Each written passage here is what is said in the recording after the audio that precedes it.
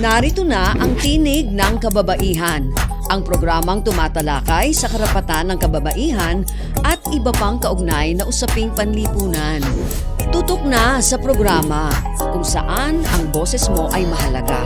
Ito ang Tinig ng Kababaihan.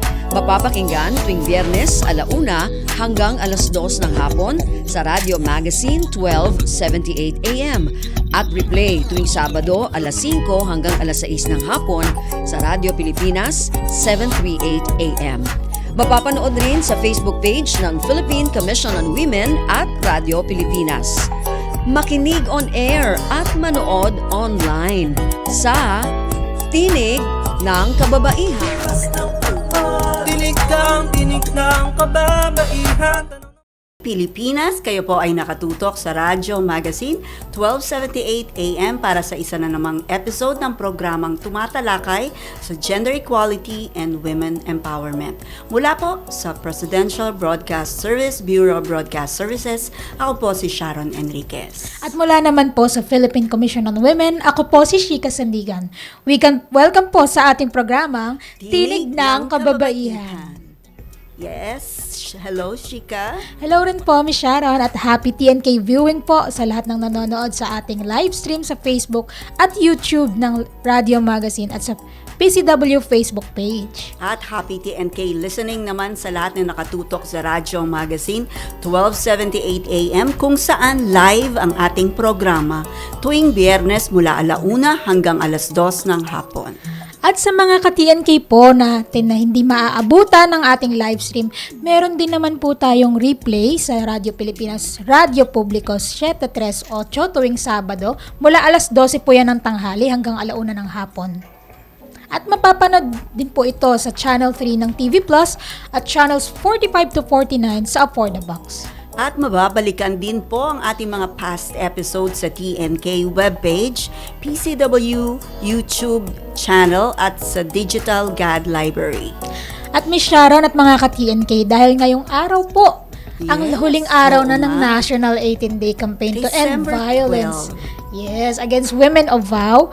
Kukunin ko na po ang pagkakataon na ito para pasalamatan po lahat ng mga dumalo sa ating #VowFreePH Youth Got This Forum, sa lahat ng sumali sa Orange Your Icon at Mr. Respeto Challenge, sa mga nagpalit po ng profile frame para sa Orange Your Icon at sa lahat po ng stakeholders na nakiisa sa iba't ibang aktibidad para sa ating kampanya. Maraming pong salamat sa inyo at syempre sa PCW sa masugid na pangangampanya para po sa Vow Free Philippines. Ngunit gaya nga po ng lagi naming sinasabi sa PCW, ang ating laban sa lahat ng uri ng karahasan ay pang-araw-araw yung advokasya.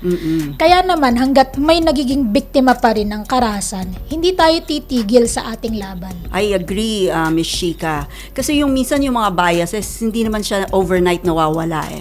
'Di ba? Yung old mindset, hindi rin siya. Actually, ako may bias pa rin.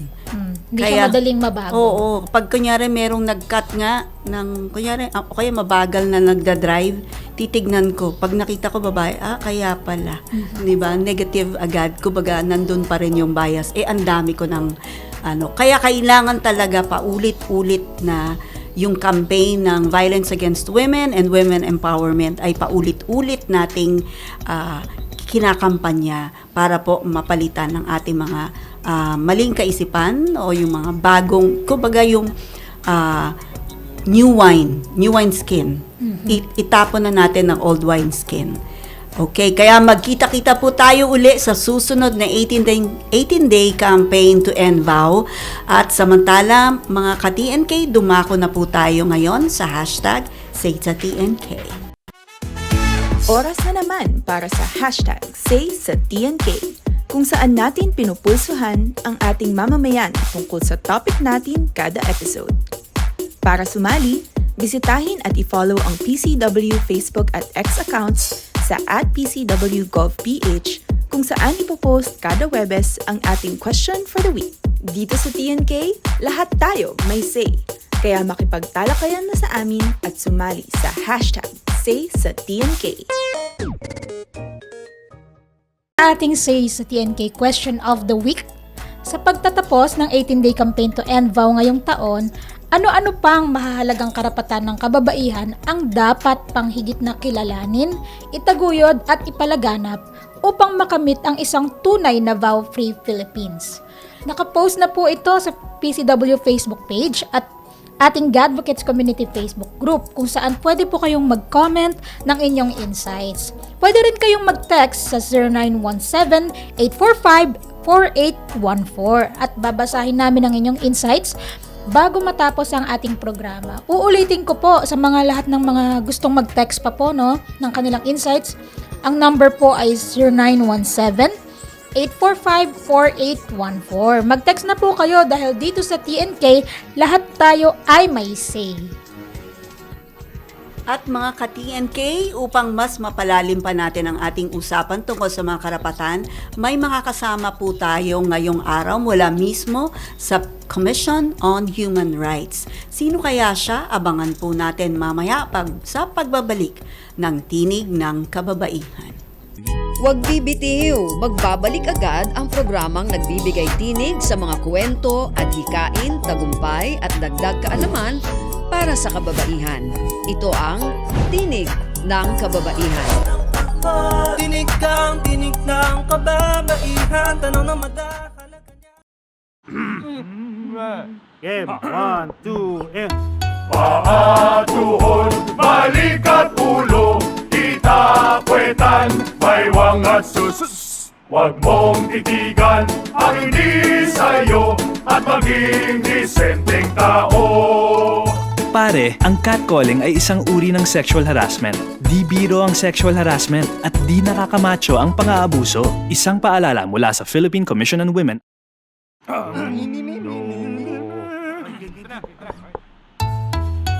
Ang sumitsit ay pangmangmang, ang sumipol ay panghunghang.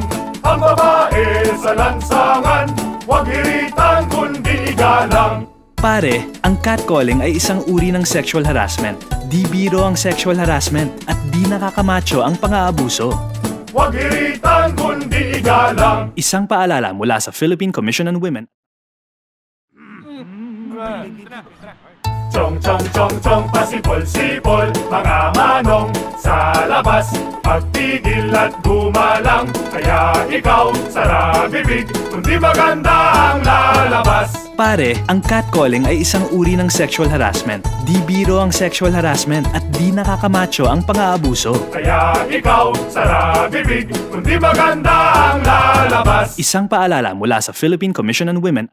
Nagbabalik ang makabuluhang talakayan, pagbabahagi ng kaalaman at pagbibigay tinig sa mga kwento, adhikain at tagumpay ng kababaihan. Narito na ang Tinig ng Kababaihan.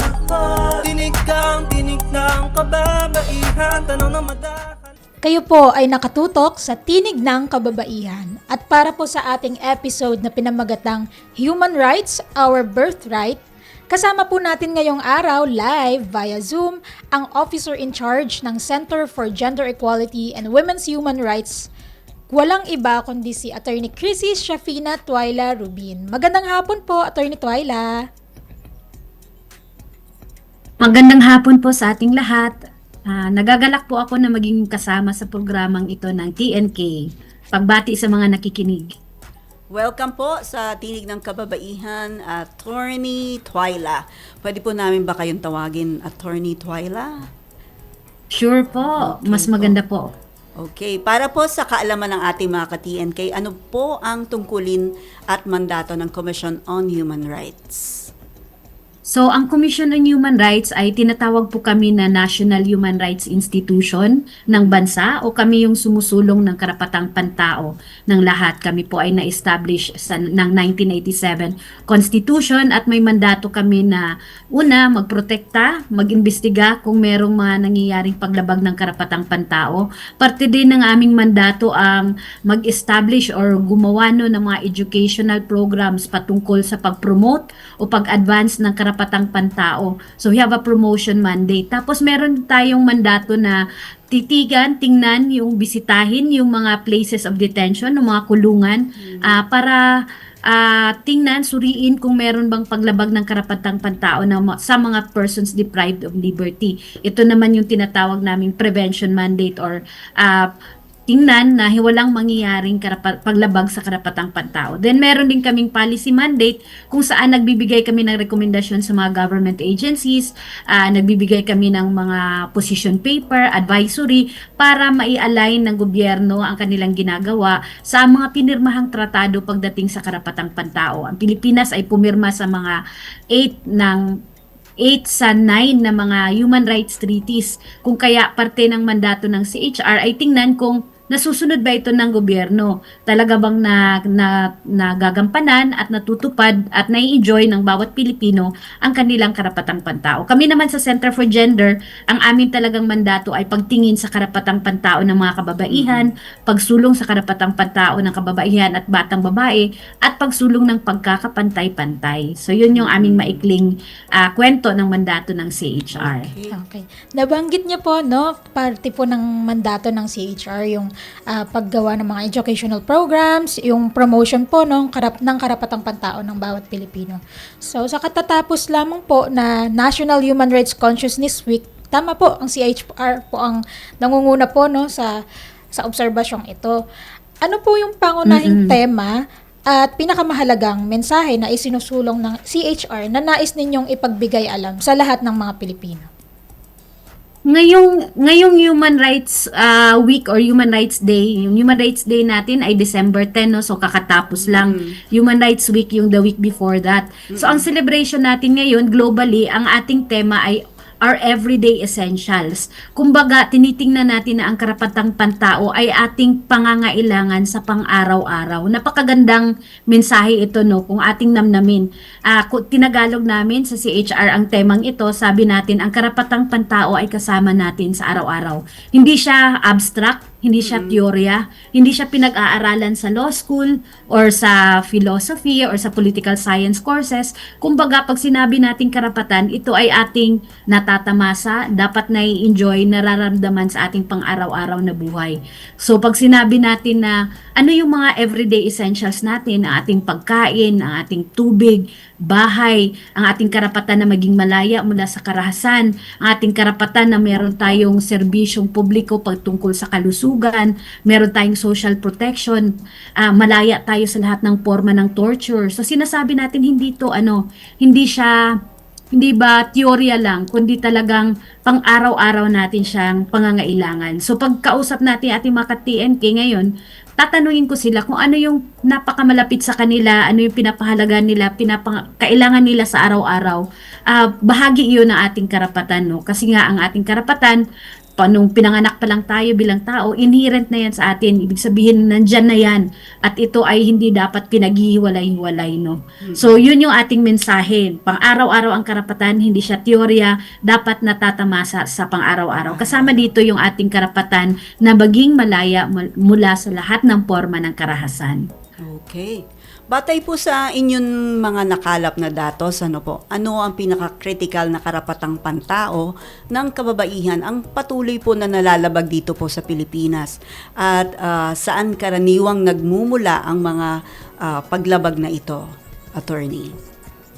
I think dahil naroon pa rin tayo sa ating 18-day campaign to end VOW or 18 days of activism to end VOW. Sinimula natin to noong November 25, magtatapos today na ating International Day Against Trafficking, no? Yes. So nakikita pa rin, today po ang ating International Day Against Trafficking, isa ding forma ng gender-based violence. So sabi natin na mataas pa rin na paglabag ng karapatang pantao ng kababaihan ang tinatawag nating gender-based violence against women o karahasan laban sa kababaihan o ginagawa sa kababaihan dahil sila ay babae. Nag-uugat dito sa pagtingin na mas mababa ang kababaihan sa lipunan, nag-uugat din ito sa ating patriarchal na society kung saan may mas mababa ang pagtingin sa kababaihan kung kaya nangyayari sa kanila ang karahasan. Kung titingnan natin yung datos ng ating National Demographic Health Survey, bagamat pababa na yung data ng incidence of violence against women na intimate partner relationship, mataas pa rin na tinitingnan pa rin natin na kukonti pa rin yung nag-report nasa 49% lang ng nakakaranas ang nagre-report.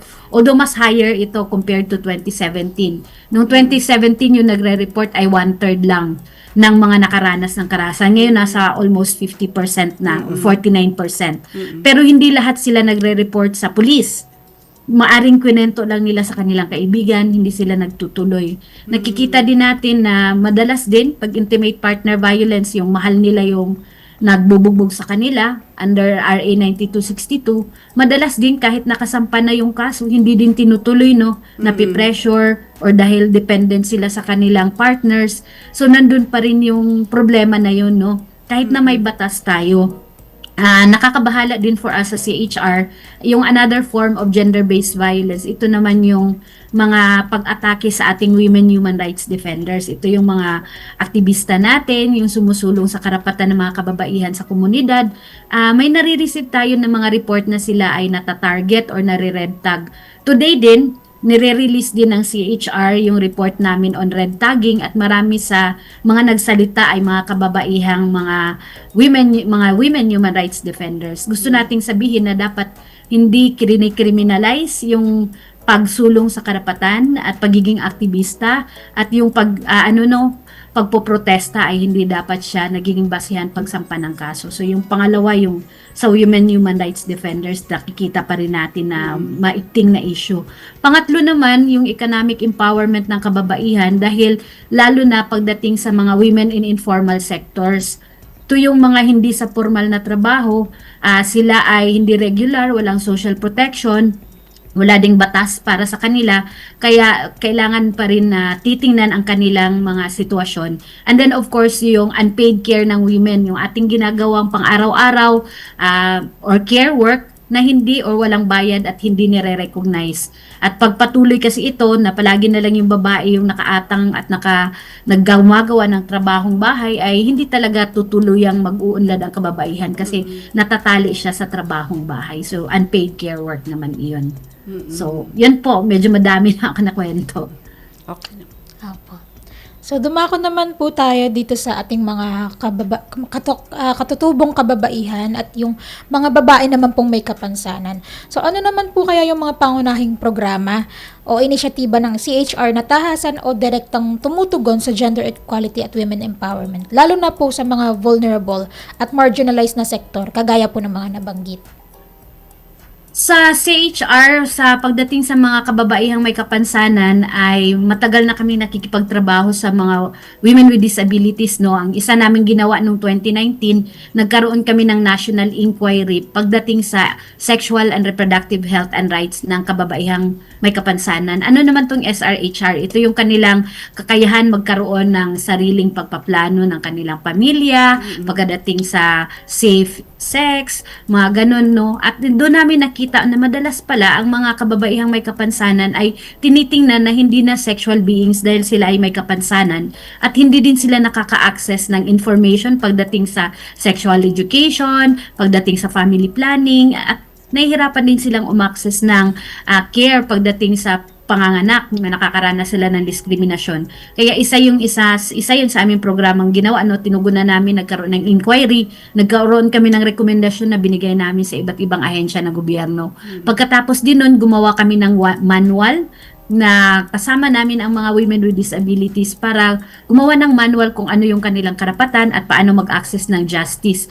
And then, ngayon, maganda din dahil ang Supreme Court meron na silang pagsulong at pagkilala ng FSL law or yung ating Filipino Sign Language law. Pagdating naman sa mga indigenous women, this year, nagkaroon kami ng monitoring ng maternal health of indigenous women. Napakaraming kwento naming naririnig, no. Doon naman kung gaano kahirap bilang isang babaeng buntis tapos nakatira ka sa bundok, kailangan pang maglakad ng 3 oras, sumakay ng bangka para makarating sa ospital.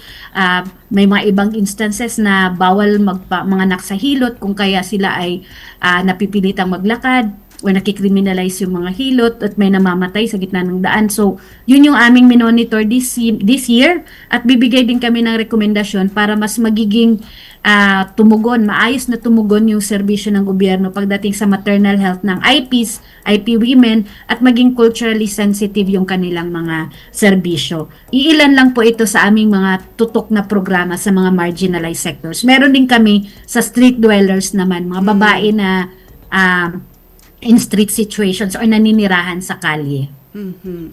Okay po. Sa pag-angat po naman po ng online spaces, paano po pinangangalagaan ng Commission on Human Rights ang karapatan at dignidad ng mga kababaihan? Especially sa yung online harassment, karahasan sa yung nakabatay po sa kasarian. Ano po ang konkretong mechanism ng CHR laban po dito? Attorney?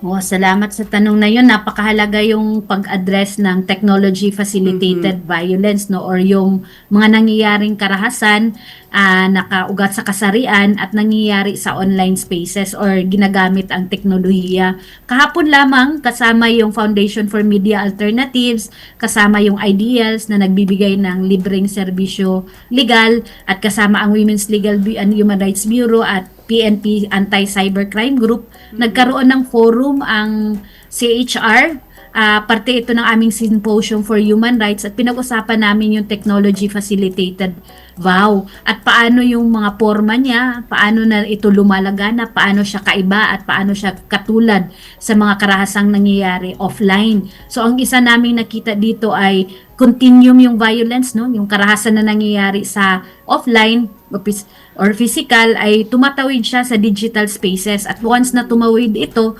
ay mas nagiging maigting yung epekto niya, mas madaling pakalatin, mas mahirap tugunan. Kaya isa sa ginagawa ng CHR ay patuloy na pag-usapan ito, patuloy na makipag-ugnayan sa mga ahensya ng gobyerno gaya ng PNP ACG para paano ba mas madaling mag-report, paano mas madaling tumugon. At kami rin, nagkakandak din kami ng awareness raising sa mga different communities, sa mga kabataan sa eskwelahan, sa komunidad. Tinuturo namin paano gamitin yung Safe Spaces Act para makatugon tayo sa mga violence in online spaces, no? Kami rin ay aktibo sa IOCSA or yung interagency na tumututok sa implementation ng 11313 or Safe Spaces Act. Doon din namin inaangat kung ano yung gaps ng batas. Doon din kami nakikipag-partner sa mga other government agencies gaya ng PNP para mas pinuhin yung pagtugon ng gobyerno pagdating sa online GBSH or Technology Facilitated Vow. Ang CHR din, pag may nakaranas kayo ng TFGBV or online GBSH, maaring tumawag sa CHR sa any of our regional office para humingi ng legal advice para kayo po ay matulungan kung paano i-navigate yung pagfa-file, pagti-take down, at paano din ma-refer sa counseling if kailangan po natin. Kasi we also work with other organizations like Lunas Collective na nagbibigay ng online counseling. Totoong napakahirap ang pagtugon pagdating sa online GBV or TFGBV, no? Kaya kailangan siyang patuloy na ituloy yung conversation, kailangan patuloy yung pakikipag-trabaho sa government agencies. Kaya kami nga, after ng forum kahapon, isa sa aming hiling sa PNP ACG ay sana magkaroon kami ng MOA with them so that mas mapadali yung pag-refer ng kaso, mas mapadali yung pag-develop ng campaign materials, at para mas maging klaro yung mensahe na dadalhin natin sa komunidad, pagtuturuan natin sila kung paano sila magsasampa ng kaso pag ang kaso ay nag-i-involve ng teknolohiya or committed in online spaces. So, yun po. Naku, maraming salamat po, Attorney Twyla, sa inyong mga ibinahagi sa amin. Yan po ang unang bahagi ng ating talakayan. Nakakatuwa, Miss Sharon, no, napakadami pong ginagawa ng CHR. Yes. Kasi kahit sino ka pa man, basta ikaw ay tao, meron kang karapatang pantao, kagaya nga po nung nabanggit ni Attorney, inherent yun na sa atin, no? Pag pinanganak ka na, meron kang karapatan. So, napakadami po nilang sinusuportahan, no? Pero samantala, mga ka-TNK, puputulin muna natin ang ating usapan para sa ilang mga paalala. Magbabalik po ang Tinig ng Kababaihan. Huwag bibitiw, magbabalik agad ang programang nagbibigay tinig sa mga kwento, adhikain, tagumpay at dagdag kaalaman para sa kababaihan. Ito ang Tinig ng Kababaihan. Tinig ng kababaihan, tanong ng madakalaga niya. Game, 1, 2, and... Paa, tuhod, balik at ulo, itapuetan, baywang at sus. Huwag mong titigan ang hindi sa'yo at maging disenteng tao. Pare, ang catcalling ay isang uri ng sexual harassment. Di biro ang sexual harassment at di nakakamacho ang pang-aabuso. Isang paalala mula sa Philippine Commission on Women.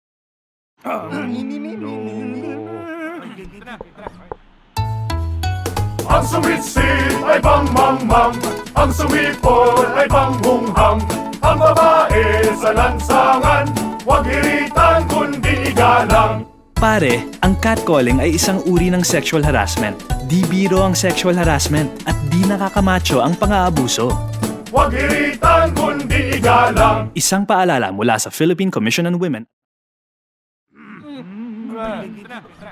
Chong chong chong chong pasipol-sipol, mga manong sa labas, magtigil at gumalang. Kaya ikaw, sara bibig, kundi maganda ang lalabas. Pare, ang catcalling ay isang uri ng sexual harassment. Di biro ang sexual harassment at di nakakamacho ang pang-aabuso. Kaya ikaw, sara bibig, kundi maganda ang lalabas. Isang paalala mula sa Philippine Commission on Women.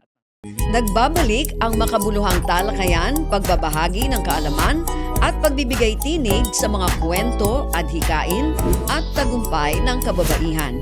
Narito na ang Tinig ng Kababaihan. Tinig ng kababaihan, tanong ng madakalaga. Welcome back po sa Tinig ng Kababaihan para po sa pagpapatuloy ng ating episode na pinamagatang Human Rights, Our Birthright. Kasama pa rin po natin live via Zoom si Attorney Chrissy Shafina Twyla Rubin mula po sa Commission on Human Rights. Shika, meron ka pa bang tanong? Yes po. Para po naman po sa mga babaeng biktima ng pang-aabuso o karahasan, kabilang po dito yung domestic violence at trafficking. Ano po yung proseso at tulong na maiaalok naman po ng CHR, particular po sa kanila? Kasi yun nga po no, dahil kami po ay ang Gender and Development Umbud under the Magna Carta of Women, parte ng mandato na binigay sa amin ng MCW ay magbigay ng legal assistance no sa mga kababaihan na nakaranas ng paglabag or diskriminasyon under the Magna Carta of Women, or kung kailangan nila ng legal assistance dahil nalabag yung kanilang karapatang pantao. So, isa sa mandato ng aming opisina ay magbigay ng legal assistance anytime na may isang babae, kailangan niya ng kausap, kailangan niya ng mag-guide sa kanya kung paano mag-respond, mag-navigate no sa legal process patungkol sa violence, ay maaari silang tumawag or pumunta sa aming mga regional offices. Meron po kaming 17 regional offices. Ang bawat regional office po merong investigation unit at meron din silang legal unit. So pagdating no sa mga cases ng women, madalas ang ginagawa ng aming opisina ay may magbigay ng legal advice and counseling at saka referral.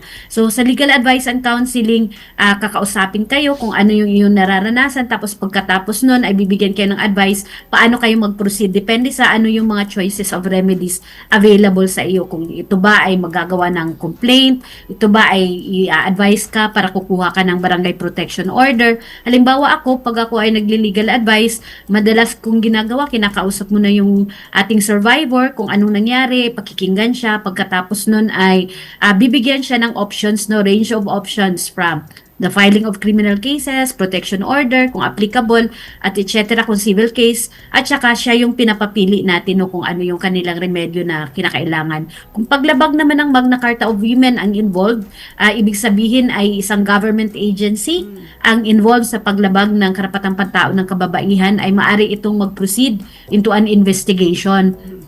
In some cases kasi no, isang babae nakaranas ng paglabag tapos yung government agency or yung PNP na pumunta siya, nakaranas siya ng discrimination or insensitive comment. Sa mga ganong instances, maaari silang mag-report doon sa IAS or yung disciplinary office mismo ng PNP, pero maaari din silang mag-report din sa CHR for the insensitive treatment that they've experienced. So maaari silang sumulat sa CHR, sa aming CHAD, Citizens Help Action Desk, and then maaari din po silang mag-email sa amin, pwede din po yun, or pwedeng tumawag sa mga hotline na available sa aming website. Meron din kaming online portal, pero ngayon ay kasalukuyang down siya. Ito yung tinatawag namin na CHR mismo, kung saan hinihingi ng detalye ng paglabag ng karapatang pantao, at doon ay magkakaroon ng callback, i-callback ka, no, once that you've reported. Isa din sa ginagawa namin, aside from legal assistance, ay nire-refer din namin yung ating mga survivors sa other services. Kung kailangan na niya ng psychosocial support, kung kailangan niya ng shelter, then we coordinate with our DSWD dahil sila yung namumuno sa ating mga shelters. Kung kailangan ng medical attention, i-refer din natin siya sa DOH or sa anumang hospital na malapit, or directly na rin sa CSWDO kung livelihood naman yung kailangan niya. Sometimes we also have, we've also had, at pati yung aming regional office, may MOA with Integrated Bar of the Philippines. So in case kailangan at di kaya ng opisina na bigyan ng legal advice or representation, kami ay humihingi ng tulong sa IBP or other partners like IDLs para mabuo or gumawa ng sanaysay or salaysay ng babae at para ma-represent siya pagdating sa prosecutor's office. Yun naman po yung aming ginagawa pagdating sa violations ng karapatan ng mga kababaihan. Okay. Attorney, merong follow-up question. Yung may usapin po ngayon na yung regarding po sa kumakalat po sa social media na kung maaari daw ireklamo sa DOLE or kung saan, CHR, ang sapilitang pagpapasayaw ng mga empleyado sa Christmas party. Actually, maaari talaga sa DOLE, no? Kasi yung DOLE din, meron silang mandato pagdating sa workplace. Yung isa din naman po, ang maaari din gawin ng CHR, even without that, ay maglabas ng statement, no? Lahat naman tayo ay malaya tayong, dapat hindi tayo napipilitan na gawin yung mga bagay na hindi natin gustong gawin, no? So, kasama siya sa ating self-determination. At saka kung hindi komportable yung mga tao dito, dapat yung ating workplace ay safe or ligtas para sa lahat. Yung isa ding advice para sa ganyan, usually kasi bago umabot pa sa CHR or sa DOLE ang isang bagay, ang una mo nang ginagawa ay you appeal to your workplace. So you express formally your opposition to the your opposition or yung pag-ayaw mo doon sa pamimilit na yon. Madalas naman kasi pag yung workplace natin nakita nila ay hindi pala pwede, meron palang ayaw. Saka sila aatras kasi alam nila na bawal din na pilitin, no? Kasi yung iba din kailangan magsuot ng mga sexy na mga damit. Ayaw ng mga tao, hindi komportable. Meron tayong safe spaces at ayaw natin ng mga ganun na ma-subject into unwanted or mga unwanted remarks. So, dapat din pag-isipan iyon ng ating mga workplaces. Sana naman po, no, sa mga nakikinig na mga empleyado, walang pilitan po kasi dapat yung Pasko masaya, 'di ba? Hindi yung pinapipilit kang pinagsasayaw. Ay hindi mo naman feel. May ibang tao kasi mas feel nilang sumayaw, maging tawag nito, very active sa mga, yun yung kanilang yun yung kanilang the way to express themselves. Pero sa iba naman, hindi yun yung comfortable space for them. So, dapat irespeto natin. Attorney, ito pa po, marami pa rin po yung nagtatanong, paano sinisiguro ng CHR na may pananagutan ng mga opisyal ng gobyerno na mapapatunayang lumabag sa karapatan ng isang mamamayan, lalo na po ang isang babae. So, gusto ko lang din ibalik yun. Ang aming mandato as CHR ay madalas nag-i-investigate. Yung ruling namin ay hindi siya makakapagpakulong ng isang empleyado ng gobyerno or kahit na ito ay head of agency. So, if you look at the Magna Carta of Women, ang amin talaga mandato ay magbigay ng legal assistance or tumulong, mag-refer. Pangalawa, mag-imbestiga. Tapos yung aming rekomendasyon ay ibibigay namin sa tugmang ahensya ng gobyerno. So kung ang isang naglabag ay halimbawa yung workplace kanina, ang naglabag ay isang government agency, maali namin ang investigation ay i-refer namin sa civil service, no? Or maari namin kung local government siya, i-refer namin siya sa DILG. Or pwedeng i-refer namin after investigation sa ombudsman. Sila naman yung sasagawa ng kanilang investigasyon. Okay. Pero dun sa tanong na paano namin mai-insure, ang ginagawa namin ay kung meron kaming rekomendasyon, ay tahasan namin fina-follow up no kung ano na yung action ng government agency dito. Madalas din halimbawa kami ay gumawa ng situation report, halimbawa pagdating sa indigenous women. Nagpupulong kami, iniimbitahan namin yung government agencies involved. Pinapaalam namin sa kanila, ito yung sitwasyon, ito yung sinasabi ng mga katutubong kababaihan. Maglalakad sila ng malayo para makarating dito sa hospital. So ano yung tugon ng ahensya dito? So una, pinapaalam namin sa kanila yung issue, hinihinga namin sila ng tugon. Tapos sa susunod namin na usapin uli, babalikan namin uli yung aming recommendation. Medyo matagal siya na proseso admittedly kasi pwedeng a-attend lang yung government agency doon sa forum tapos hindi naman sila makapag-commit ng tugon talaga, no? Kaya paulit-ulit namin na fina-follow up.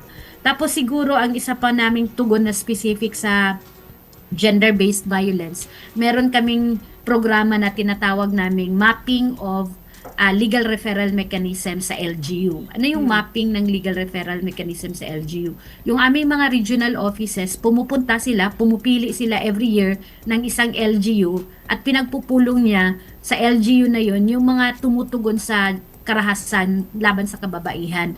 Pinagmi-meeting, nagtatanong, nagkakaroon ng kwentuhan, ano ba yung gap? Saan ba nagkakaproblema sa pagtugon? Tapos dinodokumento ito at nung pagmalaman kung ano yung gap doon sa lugar na yon, tinutulungan ng CHR paano ito tugunan. Halimbawa, sabihin ng isang barangay Baudesk officer doon sa FGD, wala kasi kaming training. So ang agad na tugon doon ay makipag-partner sa LGU para magkaroon ng training yung barangay Baudesk na yon. May kaakibat din siya na FGD ng mga community women.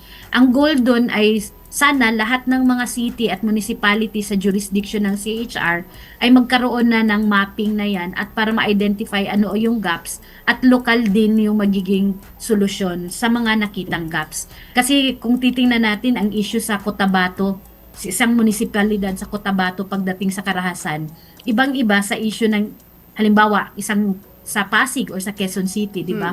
Kasi sa Quezon City, meron ng one-stop shop, ang galing ng serbisyo. Pero pagdating doon sa Cotabato, sa isang munisipalidad doon, may takot pa yung mga babae na pumunta or sinisettle ng kanilang religious leaders. So yung ganong mga localized na pag-identify ng issue at localized na pagtugon at the regional level ay isa sa aming efforts na tinutuloy until hopefully 2030. Ito yung aming GBV mapping. Nakaka-70 na po kami na LGUs na na-map at doon namin nakuha yung aming mga issue na nakita yung pag-aatras ng babae ng mga complaint, kawalan ng psychosocial support, wala ng financial support. Doon namin nakita yung mga issues na ito na paulit-ulit across different LGUs. Ayan po, no? Dahil ito nga po ay usapin ng karapatan, mahalaga po yung pagkakaroon ng mga batas at polisiya din. So, sa inyo pong palagay, attorney, ano po yung mga batas o polisiya na kailangan ng agaran at radikal na palakasin o di kaya amyandahan upang maprotektahan ang karapatang pantao ng kababaihan? Siguro ang dami nang nasa listahan natin. May priority legislation ang PCW. I think ni-launch din lang this 18-day campaign to end vow at lahat ng mga nakalista doon ay talagang agree naman po ang CHR. Kami din po ay meron din kaming priority legislative agenda na kikita namin na tutugon sa pagsulong sa karapatan ng mga kababaihan. Pero siguro unahin na lang din natin yung mga nakasalang na kami ay nakikita namin yung current efforts to amend RA 9262 or yung ating anti-vowsy law para maging saklaw dito yung electronic or online violence na ginagawa ng intimate partners ay magandang hakbangin para mas palakasin pa ang batas. Sana din mapalakas pa yung RA 9262 lalo na pagbigay ng support services sa kababaihan gaya ng nakita sa aming GBV mapping. kulang talaga yung psychosocial support, masyadong mahal para sa kababaihan. Kung kukuha ka ng private, yung evaluation mo 15,000 up, isang session 2,000, 3,000, hindi ma-afford ng isang babae, lalo na kung ikaw ay mahirap, paano ka magsasampa kung kailangan mo yun, no? So yung psychosocial support, financial support, meron tayong 5,000 sa DSWD for women in especially difficult circumstances. Pero napakaliit nito kung ikaw ay nakaranas ng karahasan, yung transport mo, yung pagkain mo. So sana meron, no? At saka palakasin pa yung livelihood support para magkaroon ng economic empowerment yung kababaihan. Nakasalang din yung pag-amyenda ng Safe Spaces Act and para palakasin yung mga penalties pagdating sa workplace and educational institution sexual harassment. So sana maipasa din yung mga proposed amendment na ito. Isa din sa tinitingnan namin, nakakabit din sa issue ng karahasan sa kababaihan ay ang pagpasa ng ating divorce law. Tayo na lang po yung bansa sa buong mundo yung wala pa ring divorce, no? At nakakabahala kasi marami sa ating mga kasamahan, merong isang organisasyon, halimbawa yung Divorce Pilipinas, marami sa kanila 30 years na hindi kasama yung kanilang partner pero tali pa rin sila sa partner nila dahil wala tayong divorce. So ang yung mga raming mga kababaihan na living in abusive relationship, hindi nakakaagwa, hindi nakakakalas, no? Dahil sa kawalan ng divorce sa ating bansa. Tinitingnan din natin na mahalaga yung pagpasa ng SOGI Equality Bill. 25 years na po na pending sa Congress ang SOGI Equality Bill. Ito'y nakakatulong sa kababaihan dahil marami ding mga babae ay may diverse SOGI. So, may mga lesbiana, bisexual, pansexual, transgender women na kailangan ng proteksyon at habang wala ito ay patuloy yung diskriminasyon unless mayroon tayong local ordinances. We also see the importance ng maigting na pag-implement ng reproductive health law. So sa reproductive health law na nandun yung ating comprehensive sexuality education. Medyo challenging pa rin yung pag-implement sa schools. Nagkaroon pa ng problema before na muntika na siyang tanggalin. So importante din yung pagpasa ng prevention of adolescent pregnancy. Sa RH law naman, may provision din nun ng pag-provide ng post-abortion care. At ito ay isa na tinitingnan namin kasi kahit na nandyan siya sa batas, madalas hindi siya nai-enjoy ng mga kababaihan dahil may stigma pa rin tayo on abortion and criminalized pa rin yung abortion. Lastly siguro, pero I know marami pang mga batas, no? Siguro isa din yung Magna Carta for Women in Informal Economy. So, yung mga workers natin, yung mga nagtitinda sa kalye, naglalako, yung mga sari-sari store, wala silang social protection, wala silang seguridad, walang protection para sa kanila. So, panahon na maipasa ito. Huling hirit ko na lang yung mga siguro pa yung pag-regularize ng ating mga BAUSI officers, sana masama sa 9262 amendment at as well as yung pagbigay ng regular na mga posisyon sa ating mga barangay health workers kasi sila po ay mostly women at sila yung mostly tumutugon. Kita mo yung sa aming monitoring ng IP Women, ang aming nakakausap, barangay health workers, puro babae. Sila yung naglalakad bahay-bahay, nagmo-monitor sino yung buntis, nagbibigay ng hindi nagbibigay ng injection, nagbibigay ng pills, nagbibigay ng mga vitamins, pero wala silang allowance na regular, hindi rin sila empleyado ng gobyerno. So, kawawa din po yung kanilang kalagayan. Okay po. Last question, paano po maaaring direktang makilahok yung mga ka-TNK po natin sa mga inisyatiba po ng CHR para po maging aktibong tagapagtaguyod ng karapatang pantao sa kanilang sariling komunidad? Magandang tanong po yan, no? Sa CHR po, marami po kami mga programa, ang aming promotion office o yung aming office na nagsusulong para magkaroon ng advocacy or pagpapalaganap pa ng kampanya pagdating sa karapatang pantao. Merong mga free na online courses pagdating sa karapatang pantao at karapatan ng mga kababaihan. Maganda po sa mga kabataan na matuto tayo, malaman natin ang ating mga karapatan, makilahok tayo sa pamamagitan ng pag-attend ng mga online courses on human rights. Meron ding mga webinar na libre din sa PCW, sa CHR, maganda na makinig tayo. Palakasin natin ang ating kaalaman patungkol sa karapatang pantao, patungkol sa karapatang pantao ng mga kababaihan. Alamin natin ano yung karapatan natin sa Safe Spaces Act na nagbabawal ng pambabastos sa kalye, sa school, sa workplace, sa online spaces. At pinakamensahe din siguro ay sana tayo ay maging advocate mismo ng karapatang pantao sa ating mga sariling ginagawa, sa loob ng sarili nating mga bahay. Kasi pwede tayong maging ligtas na espasyo, pwede tayong mga human rights advocate and women's human rights advocate in our small spaces kung saan tayo. And that means speaking out kung meron tayong nakikitang inaapi, dinidiscriminate, kinukutya dahil sa kanilang gender, or nakakakita kayo ng nakakaranas na karahasan ng isang babae mula sa kanilang intimate partner, we can be there for that person. Maaari tayong magbigay ng advice sa kanya, magbigay ng direksyon, makinig sa kanyang kwento, at i-direct natin kung saan siya pa makahingi ng tulong. Kasama na sa PCW at saka sa CHR or some other organizations working on women's human rights, no. Andun babalik tayo sa ating mensahe pagdating sa karapatang pantao for this year, na ito ay ating essentials, no. So tingnan sana natin ang karapatang pantao na pang-araw-araw at hindi hiwalay sa ating pang-araw-araw na buhay, kung kaya ito ay dapat natin siyang protektahan at isulong sa pang-araw-araw nating ginagawa. Okay. So yun lamang po. Salamat po, Attorney. Salamat po, Atty. Thank you Kayla, din sa po. inyong mga binahagi sa amin. At sa pagkakataon pong ito, alamin na natin kung ano ang say ng ating mga ka-TNK sa ating naging question of the week. Sa pagtatapos ng 18-day campaign to end VAW ngayong taon, ano-ano pang mahahalagang karapatan ng kababaihan ang dapat pang higit na kilalanin, itaguyod at ipalaganap upang makamit ang isang tunay na VAW-free Philippines? Ang say po ni Sean Kyle Flores, ang kampanya laban sa VAW ay isang malaking panawagan at hakbang upang mawakasan ang karahasan at anumang uri ng pang-aabuso sa kababaihan. Mahalaga ang papel ng PCW sa pagtataguyod ng mas ligtas at makatarungang komunidad, lalo na kung tayo ay magkaisa. Laging magkatuwang ang pamahalaan at pribadong sektor sa kanilang kooperasyon laban sa VAW. At syempre, ang tinig ng kababaihan na isa sa malakas na panawagan upang tuluyang wakasan ang VAW sa ating bansa. Wow, thank you po. Say naman ni Zar de la Roca, kailangan ng wakasan ng ideolohiya na ang babae ay mahina.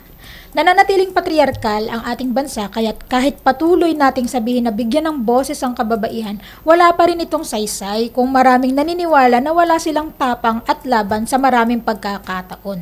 Oras nang bigyan sila ng oportunidad na manguna sa iba't ibang bagay. Hayaan silang matuto sa kahit na anong proseso. Pagkatiwalaan sila sa mga bagay na hindi nila madalas gawin. Sapagkat kapag naipakita ang pagtitiwala sa kanila, maipapasa nila ito at napapalaganap sa buong komunidad. Hindi sapat na bigyan lang sila ng boses. Tiwala ang magdadala sa kanila sa tunay na VAW-free na bansa. At sabi naman po ni Attorney Pia de Castro na top fan ng PCW Facebook page, pagkilala at pagtugon sa technology-facilitated VAW, mas matibay na proteksyon sa kababaihan sa panahon ng krisis o sakuna at ang ganap na disability inclusion upang walang maiiwasan sa laban kontra VAW o Violence Against Women. Huwag bibitiw, magbabalik agad ang programang nagbibigay tinig sa mga kwento at hikain, tagumpay at dagdag kaalaman para sa kababaihan. Ito ang Tinig ng Kababaihan. Tinig kang tinig ng kababaihan. Tanong na madahalaga niya. Game, 1, 2, and... Paa, tuhod, balik at ulo, kita, puwetan, baywang at sus. Huwag mong titigan ang hindi sa'yo at maging disenteng tao. Pare, ang catcalling ay isang uri ng sexual harassment. Di biro ang sexual harassment at di nakakamacho ang pang-aabuso. Isang paalala mula sa Philippine Commission on Women.